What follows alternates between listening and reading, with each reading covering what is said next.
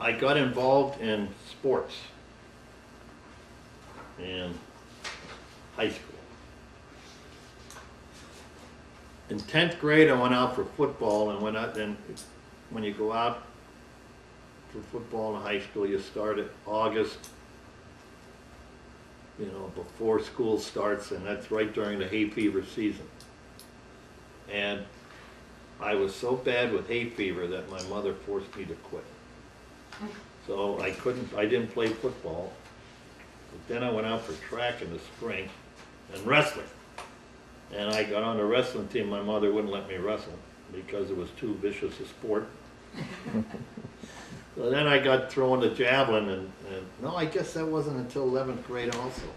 But in 11th grade, I went out. Oh, and that's the other thing too. When I was growing up, I was very involved with the YMCA. And they had a big YMCA in Erie. And that was like 3 miles away, and we used to walk 3 miles to go to the YMCA and walk home. Because you couldn't afford to pay for the bus. And I was going to the Y from probably around 8 years of age all the way up until the end of junior high school.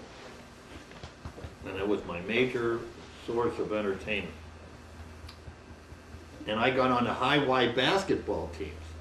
And I was on championship teams and all this stuff, and I thought I was a pretty good basketball player. Well, Y teams are noted for not being defensive players, where you learn to play defense and that you learn to pass. What you do is you learn to be a gunner, where all you do is you get the ball and you shoot, and all that. So anyway, when I went out for the basketball team in junior high school, junior varsity it was, and I got cut like the first week. Now here I am, all my young childhood thinking I'm a good basketball player. And I got cut right away. Oh, it broke my heart. I mean, you can't believe how depressed I was. And so that's when I decided, well, I got to do something. I was playing baseball too in the Little League. And I was pretty good at that, but I didn't have the hotsies for baseball. It didn't turn me on too much. But then when football came along, then I tried that, and I got hay fever. Then in my junior year, I went out again, and my hay fever wasn't that bad. And so I was able to play, and then I became a pretty good football player. In my senior year, I was on the all-star team in Erie. We used to play football in high school in front of crowds of 25,000 people. In high school. I mean, it's unbelievable. You can imagine, geez, 25,000. I went down to Allegheny College, and we'd play in front of 5,000 or 6,000, and it was like, where the hell where is everybody, But anyway, so I got into football, and that's how I got to Allegheny eventually. You Scott as a child. Scott? All right. Now you see, I got to change gears altogether because now I'm an adult now. And he was, well, number one, he had a problem when he was first born, and that is that he couldn't hold anything in his stomach. And we ended up where the doctor, this dumb doctor, got his mother all upset because they thought he had cystic fibrosis, which is a deadly disease for a child disease, where you don't live beyond 6 back then. Well, it ended up that his mother was breastfeeding him, and they took him off the breastfeeding and put him on a formula, and that corrected the problem. Then,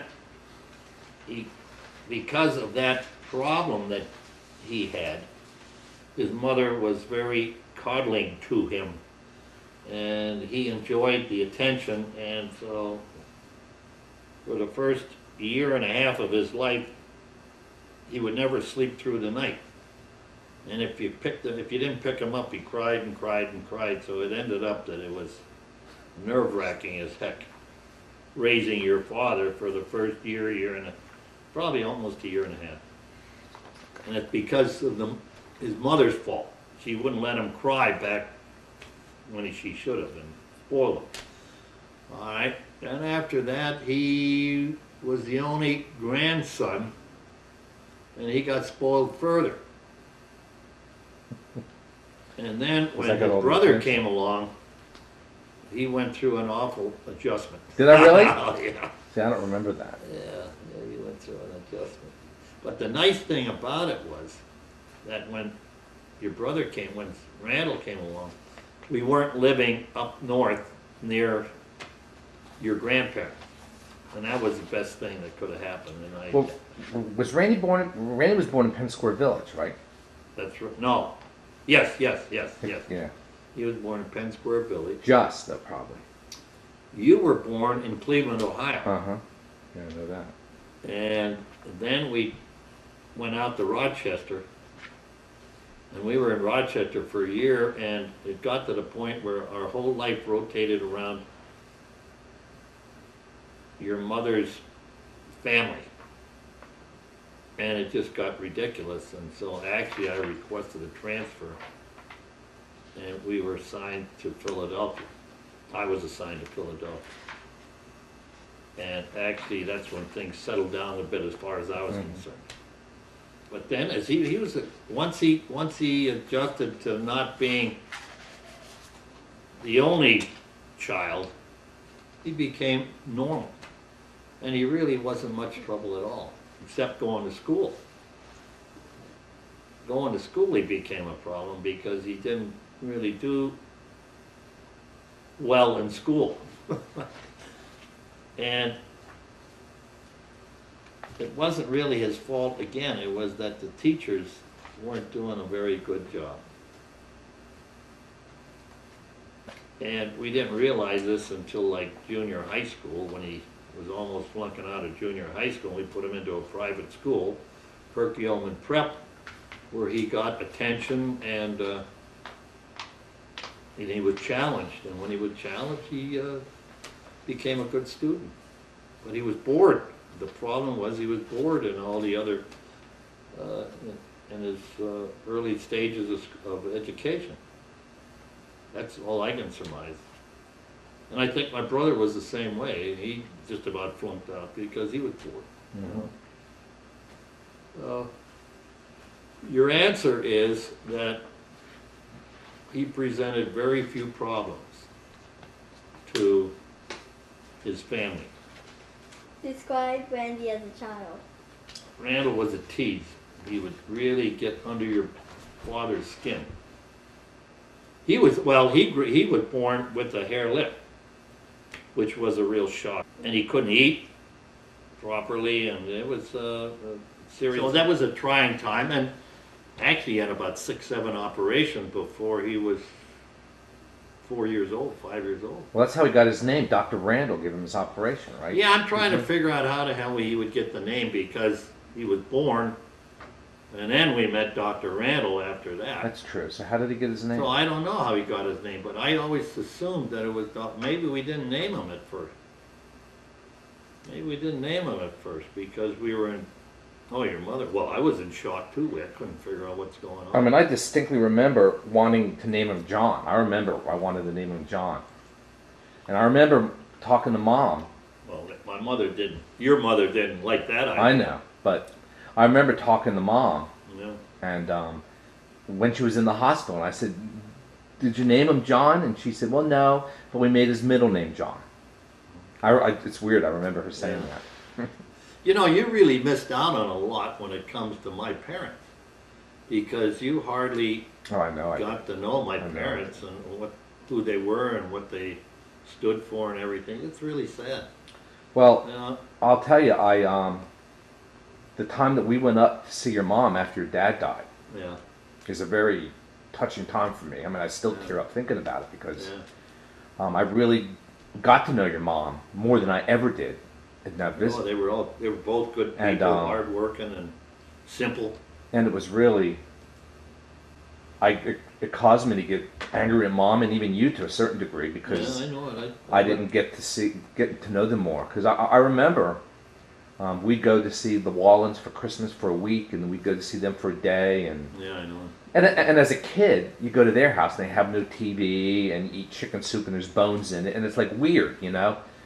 But instead of Mom saying, I mean, you could have very easily mitigated all that if you handled your kids right, you know. Mm-hmm. But Mommy says, well, they're different, and you know, and well, it was like she belittled them. Yeah, in she your did. eyes. And it was always like I would tolerate them, but then when I got to know your mother, it was like amazing. Yeah. So they were really good people and hardworking, and family was everything to them. Man, oh man. So I'll tell you, the amazing thing is, getting back to my father, he was drafted into the army, went over to Europe, and he came back and he got a Purple Heart because he was gassed over there. This is World War One, right? World War One, and he came home, and while he was overseas, his father died. And he was the second oldest in the family, and his older brother was a real rouster. The oldest was a real rouster.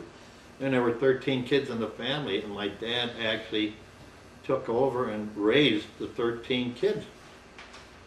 Until they got to the point where they could stand. And how old was he when this was going on? Well, he was 23, I think, when he came back from the service. And how old was his youngest brother? He was 23, and how old was his youngest? Christ, when you're talking 13 children. I know, it's like it has to be. There had to be, close, probably 15 years difference. So he had 13 brothers. No, not brothers, 13 siblings. Oh, There were quite a few girls as well as boys. Wow. And your grandparents must have been busy. Everybody was in those days. Yeah, but a family of 13 kids couldn't have been typical. Well, okay, Or I got to qualify it because I think one of them died young and the other one died of tuberculosis pretty young. Probably 11 of them, and he was over 10. No, and his older brother he didn't do anyway. So he was raising like 8 or 9 in the beginning, and then it kept getting. Well, that's why my mother and dad didn't get married until my dad was like 31, 32, because he had so much responsibility. Then on top of that, Aunt Rosie's husband, who had 6 children, her husband got killed in a accident out in Washington, state of Washington, where he was a lumberman cutting trees, and a tree fell on him and killed him. So there's 6 kids there, and my dad, I remember at Christmas time, we'd get one toy, and my brother and I would get one toy, and all the other toys went to the other 6 Baxters, so they would have a Christmas, and he would raise them. I mean, they were really good Christian, good-hearted people, and yet, they were outstanding when you think about what they did. Oh, and then when his sister died from tuberculosis, she had my cousin. Leona. No. What was my cousin's name? And this is before my brother and I were born. They had just gotten married. My aunt had died of tuberculosis, and Uncle Frank, the husband, didn't know how to raise. He was young. He didn't know how to raise a child, and so my mother says, "I'll do it." And she raised my cousin for 3 or 4 years, and then he remarried. Here's another story. He remarried, and then my mother wanted to adopt Viola. Her name was Viola. And my mother wanted to adopt her because she was really very close to Viola. And he says, "No, you can't do it because you're not Catholic," and he was Catholic. And so she was taken back into the family, with her parents, with her father.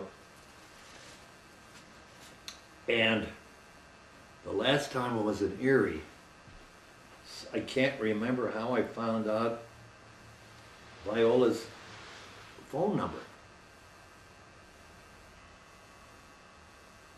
But I got the number, and then when I got back down to Florida, I put a call into her.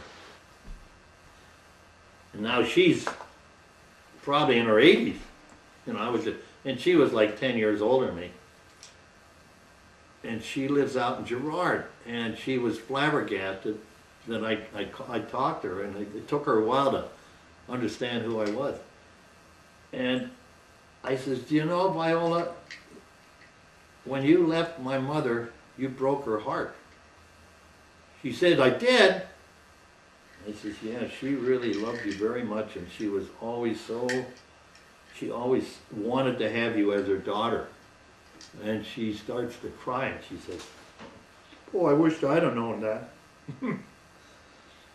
I got back here, and I lived with my father and his second wife, and they were alcoholics, and all I did was become a babysitter for them, and did all the housework and washed all the clothes throughout her whole young life. And I remember she got married when she was like 16, and my mother and dad were very upset. The reason she got married at such a young age was because she wanted to get away from her parents, her father and her stepmother.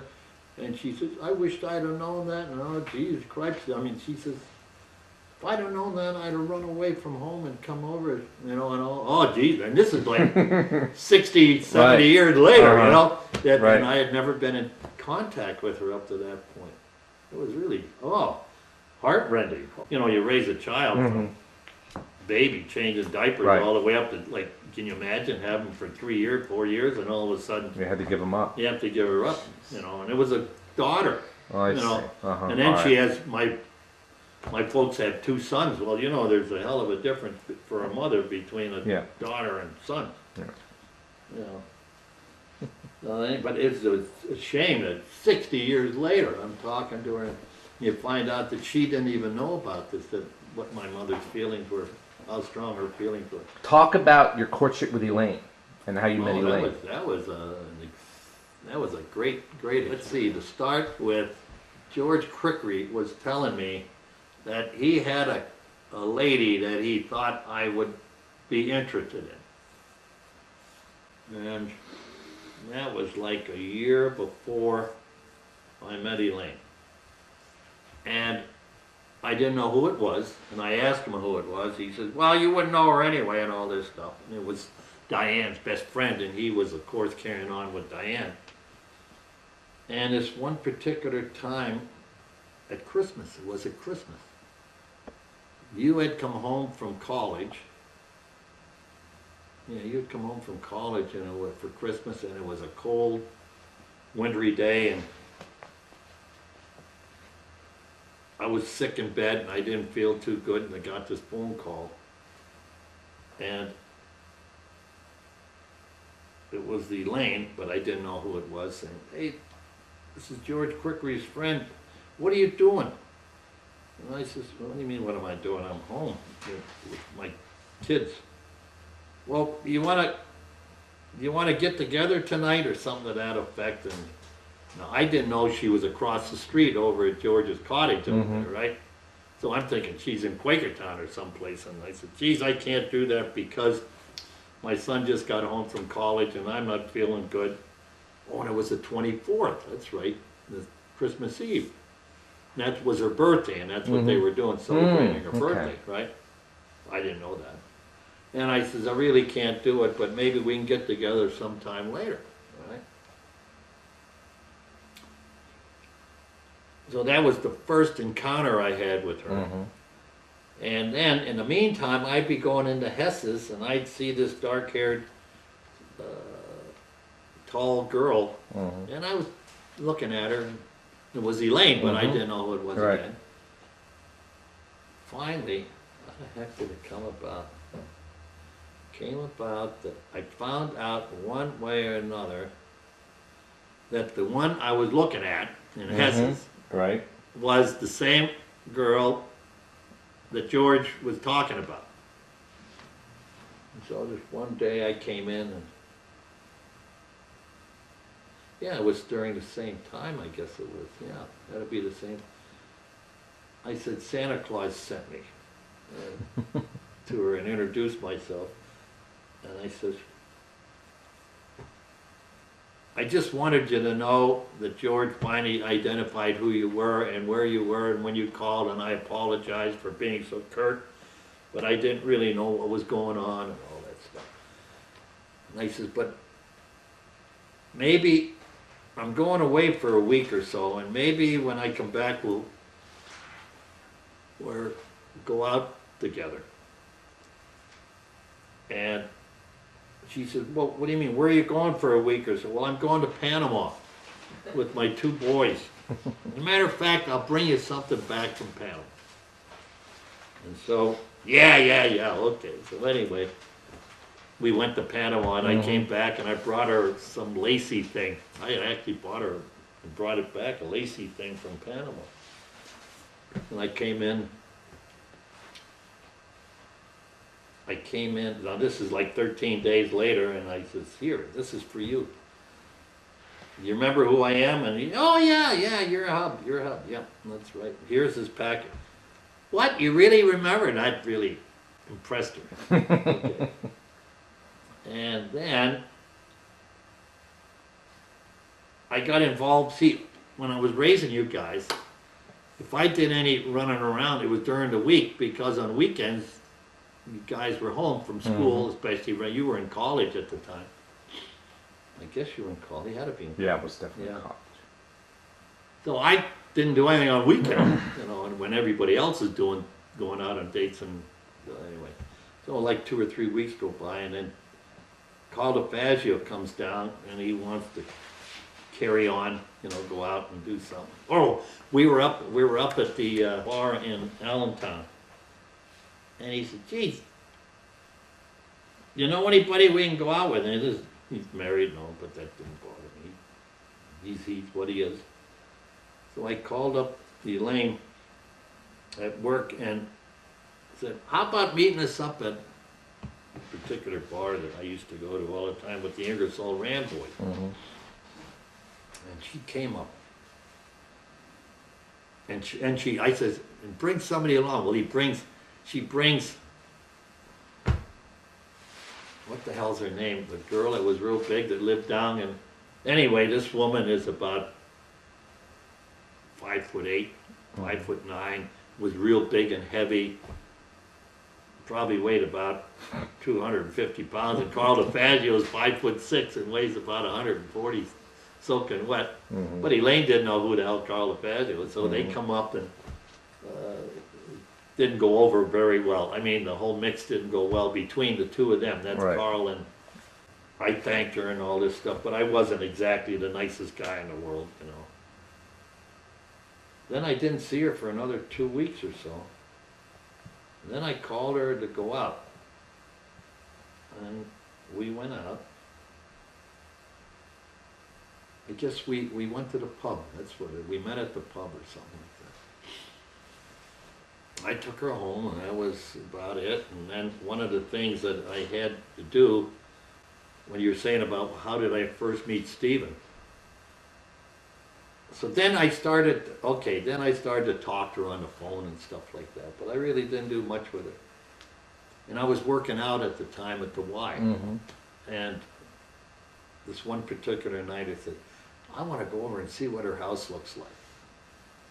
And she was on Tierney Court there, right near the Y. I remember that. And so I remember being in her house for some reason. I was there. I don't know why. For dinner, I think she invited us for dinner, flank steak dinner, I think it was. Well, anyway, I went over there and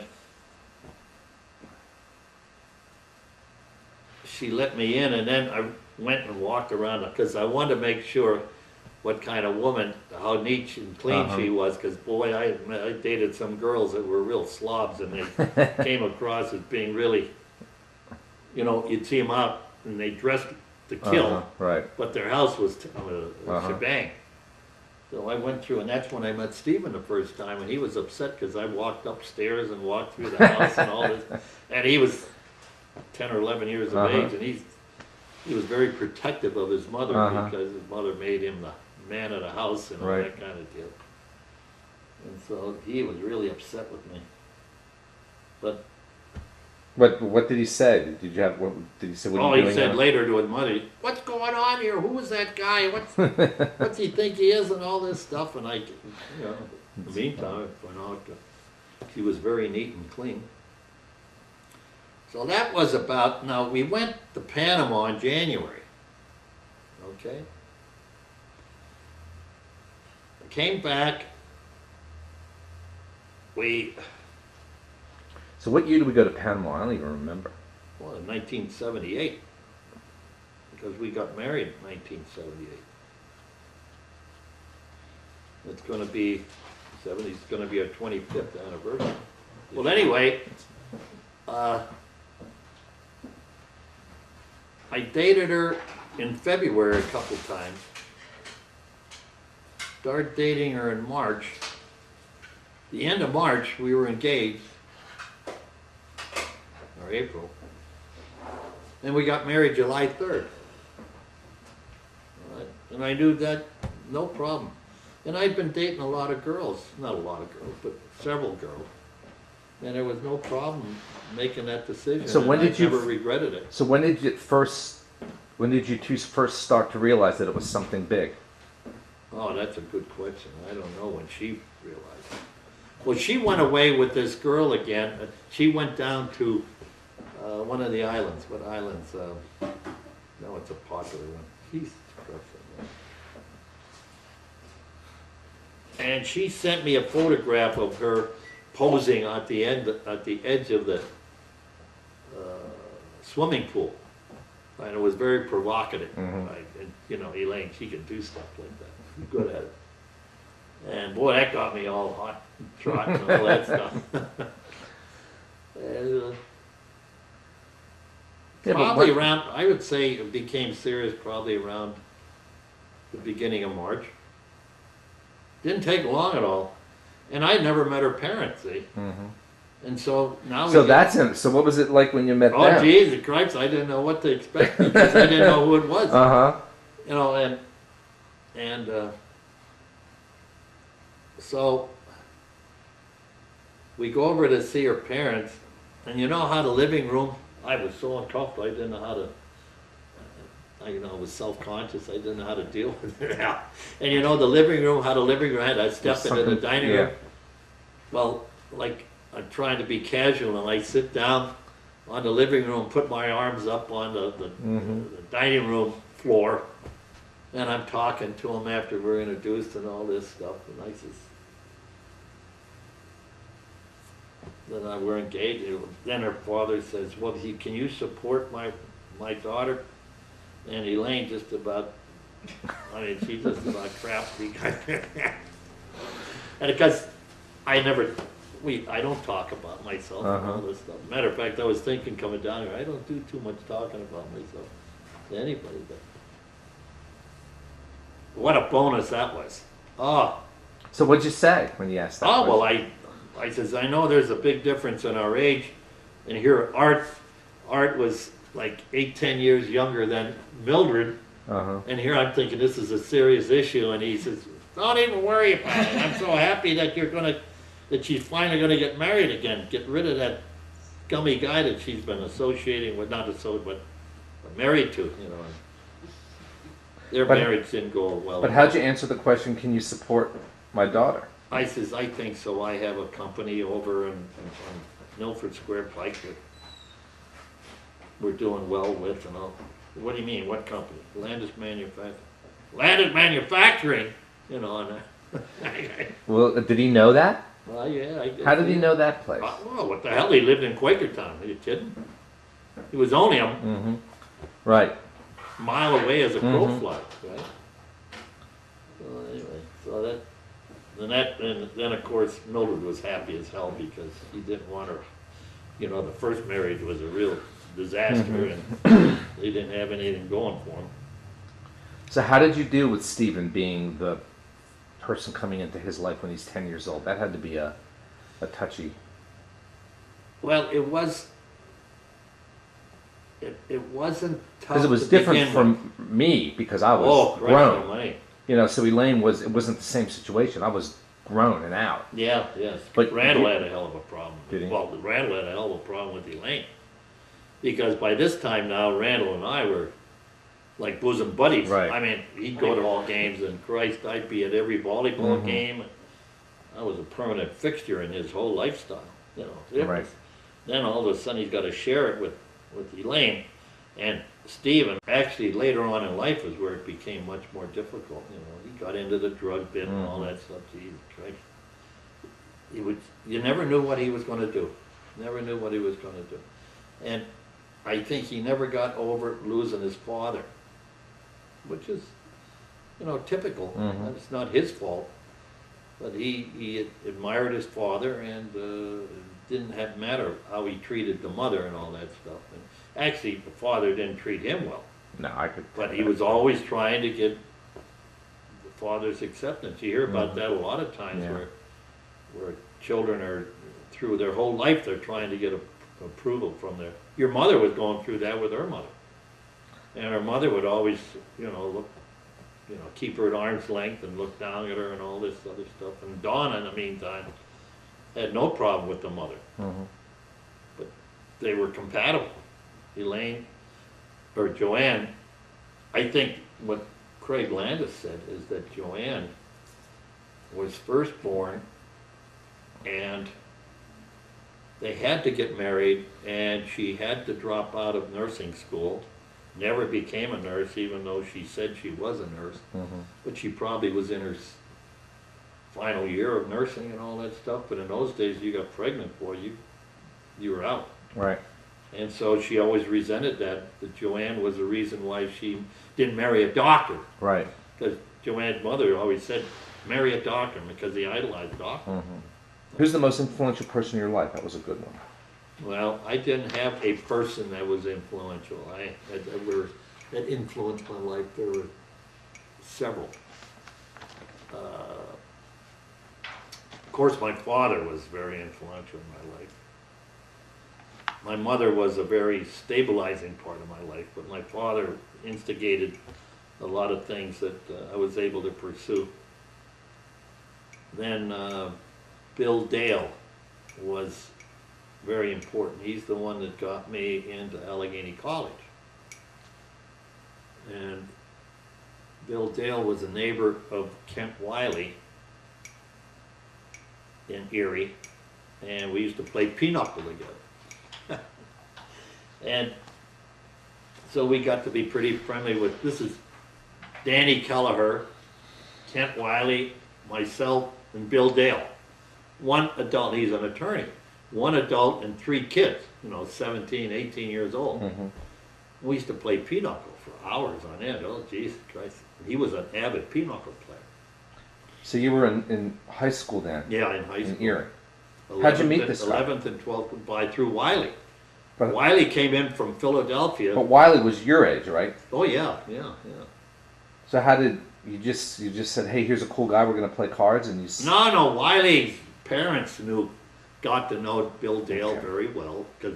And Donald Wiley, who was Kent's father, was president of, what the hell's the name of the company in Erie? And he was transferred up. There was a division of a manufacturing company out of Philadelphia. And they transferred him up to straighten the thing out. And Wiley came into our school system, or came into Erie at 11th grade. And I don't remember how we met, but we hit it off right away. And so Dan and I and he were, and Walt McKella were inseparable. We were real close. And so we'd go over to see Kent, and Bill Dale would be over there. And so we got into playing pinochle. Well, anyway, it got to the point I was going to be going, I took the test to go to the Maritime Academy. And I did everything fine except they found out I was colorblind. So I flunked the exam to get into the Maritime Academy. And I put all my faith in going through the same thing my brother went through.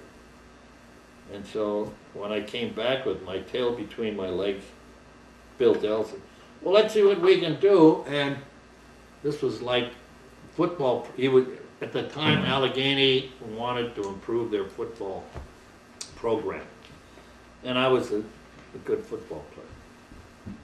And so he says, if anything happens, just give me a call, let's see what we can do, and maybe go into Allegheny. Where's Allegheny? I never knew anything about Allegheny. And so football practice started like Monday. He, on Thursday, like, he called my parents and said, can you help financially? We need like $300-400, and the rest of it I'll take care of. I guess what he wanted to see is if my parents were willing to dedicate something, contribute something. Well, anyway, they didn't have any money, but they called my brother, and my brother lent me $200 or $300 at the time to go to school. So on Friday, well, I guess it was like Wednesday, he comes out, sees my parents on Wednesday. This is amazing. In August. He sees my parents, they said, well, we don't know, but let's talk to his brother, and maybe that he can provide with the funds. And so they told my brother and yes. And so on Thursday, he goes and calls up Allegheny College to take entrance exams for Friday. And he says, bring clothes, because if everything goes right, you won't be coming home. So Wiley and I on Friday morning, first thing, get into he had an Oldsmobile convertible, and the top was down, and he had the top down. And I had this suitcase, and there was a chintzy suitcase, but I didn't have many clothes. I didn't even own a suit and a sport coat. I didn't have any, all I had was sweaters and so on. One little suitcase, you know. Got in and went down, took the exam, passed the exam. And so then on Friday, they took off and left me there. I had never been away from home before. Right. And so I went to the dormitory, and they put me in the dormitory with the other football players. And then they had a banquet on Sunday, and at the Allegheny was a first-class school, you know, and it was very formal. Well, everybody was in a suit and tie going to the banquet, and I didn't even own a suit and tie, and so I'm there with a sweater on and a shirt and trousers, and I felt so uncomfortable. Holy Christ. Well, anyway, but then I got on the football team, and they kept me and all this stuff. And I didn't come home until Christmas. I mean, you know, at 7, I was 18, I guess. Yeah, I was 18. Went home till Christmas. In the meantime, I got acclimated to the school and was in the dorm. And I never paid any bills at all. Bill Dale took care of all, and I didn't even, I had like, he had arranged like I had 5 or 6 scholarships. Plus I had to work as a busboy in the dining hall and a waiter in the dining hall and cleaning. Then I got into being a proctor, you know, so that it really made it. Then I ended up, I was totally subsidized in a little school. And Bill Dale was the instrumental person to do that. So he was extremely important to me. Is he still around? No, he died many years later. You know, and I went up to Erie one time, oh, I'd say 20 years ago, and called him to talk to him. And I think he apparently, I wanted to see him. And I talked to him briefly on the phone. He didn't sound good. And I think he was dying, and he didn't want me to see him the way he looked. That's the only thing, because I hadn't had any contact with him until then. You know. Right. And then he died shortly after that. But did he know what you became? Well, I hadn't become anything yet. You know, I wasn't self-employed or anything. This is, this is before I got to that point. So it must have been 30 years ago. Well, yeah, it was shortly after my parents died. Oh, then influential. Okay, who else was influential? I'd say Art Klingeman certainly was a very important influence on my life. And there's somebody else too that I had a lot of people that helped me along the way, you know, and not real. I had my own goals for some reason or another, and this is what I contribute to my father, is that he always promoted being self-employed. And he says, if you can work for yourself, you're going to be so much better off than working for somebody else, because you just don't have the opportunities to pursue things in a manner which. So I always had this idea of being self-employed. And the other thing that was instrumental, my dad indirectly always looked forward to retiring at the age of 65. That was what he was looking forward to. And I made up my mind that I was going to retire at 55. And I gauged everything in my life from a working and business standpoint from that. And if my progress wasn't going fast enough to meet that goal of 55, then I would get into something else. And that's how I progressed up the ladder and finally got self-employed. And I don't know, other than my father's attitude about looking forward to retiring at 65, I can't think of any other reason why I had this driving desire. You know, I'm talking about back when I was 20, 26, 27 years of age, you know, just starting out, and I've got this goal. But without a doubt, there's no way that anybody succeeds on their own. You got to have support of people, and you got to have a lot of luck if you're going to be successful. A lot of luck. So what are some of the things you're most proud of? Oh, I'm very proud of my children. I'm very proud of how they accomplished a lot on their own without me subsidizing them, going into fields that. One of the things that I felt very sensitive about was selling the business and not providing you two with the ability to carry it on. But then I had experienced a lot of people that where they did this with their children, and the children were locked into things that they really didn't enjoy, and it ended up that the business went down the tubes because they really did, the children didn't have their heart and soul in it. And so and it ends up now, I think I did the right thing by selling the business, and this way I can live a good life and hope I can pass something off onto you guys. Well, I am going to pass something off onto you guys. And I'm proud of what I have, and I'm proud of the my status in life. You know, in both communities, I come home and there are people that take time out to see me and enjoy my company, and I go down there and I got the same kind of situation. That means a lot. And I've accomplished them. I've helped them. I'm proud too of the number of people that I have endorsed to make them better. I really, there's a lot of people that I've touched that. Yeah, definitely. And you know, like Lee and Tony, and well, there were others too. Well, Jeff Will is like. Jeff Will, oh cripes, I'm very proud of Jeff Will. I mean, I think that's an extraordinary story. You could write a book about that. Here, the guy, who the hell graduates from college with a degree in charitable giving? You know, there isn't anything like that. And for him to do what I'm very proud of that.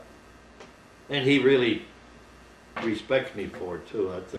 But when Jeff was we went up to Randy's house a couple weeks ago, and I just, I asked Jeff about you, you know, like, and he definitely, I mean, he was saying how you're, I mean, an amazing influence in his life, and He does, and I'm, what am I with Pierce? I'm Pop. No, not Pop. I don't know what it is. He differentiates between his father-in-law and his father and me, but when I come in the door, here's Pierce, you know, he's, how old is he? He comes up, "Hi, Pop," and all this stuff when I walked in, you know, it's nice. Oh, he does, and she respects me too for whatever. no, definitely. Yeah, that's a great story. Okay. But let's see, Wendy Huffnagel. There's a lot of guys over at Climber that are self-employed because of me. There's a lot of guys that came out of Landis that are self-employed because of me, and they were neophytes when they started. You know. And like Elaine says, that I can get the most out of people, and I have a good way to do it, and it can be pushy, it can be sarcastic, it can be humorous, and I mean, I just seem to know how to push the buttons the right way, and whether I can do it now or not, but it's not important, I don't want